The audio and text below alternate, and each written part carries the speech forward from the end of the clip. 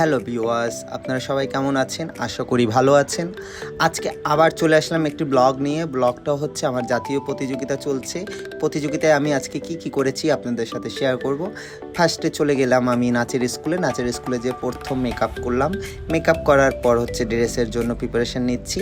আজকে আমি ড্রেস পরবো। আজকে সম্পূর্ণ আমাকে সহযোগিতা করেছে তালা, আমার একটি ছোট ভাই, আর ছিল আমার একটি বোন, ছোট বোন লামিয়াও আজকে আমাকে মেকআপে হেল্প করেছে। তালায় হেল্প করেছে সম্পূর্ণ ড্রেসটি পরানো থেকে শুরু করে আমার লাস্ট পর্যন্ত তালা আমার সাথে ছিল। আর সাথে লামিয়া আমাকে হেল্প করে সে বাসার উদ্দেশ্যে চলে যায়। আর আজকে ছিল আমার জাতীয় প্রতিযোগিতা, বরিশাল বিশ্ববিদ্যালয় আন্তঃশাখা এবং জাতীয় বিশ্ববিদ্যালয় আন্তঃশাখা ছিল আজকে। তাই আমি প্রতিযোগিতাটার জন্য আজকে প্রিপারেশন নিচ্ছি। আজকে আমার জাতীয় প্রতিযোগিতায় প্রথম আজকে বাইরে জেলায় আমি নাচ করতে যাচ্ছি। তাই অংশগ্রহণের মধ্যে আমার ভিতরে খুবই এক্সাইট। আমি আজকে অনেক দিন পর নাচবো, খুবই ধরনের আমার ভিতরে এক্সপিরিয়েন্স কাজ করতেছে। আশা করি কি করব, ভয়ে আছি।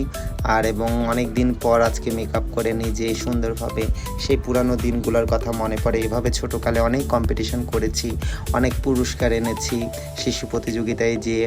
তাই আজকে সেই দিনগুলোর কথাও মনে পড়ে যায়।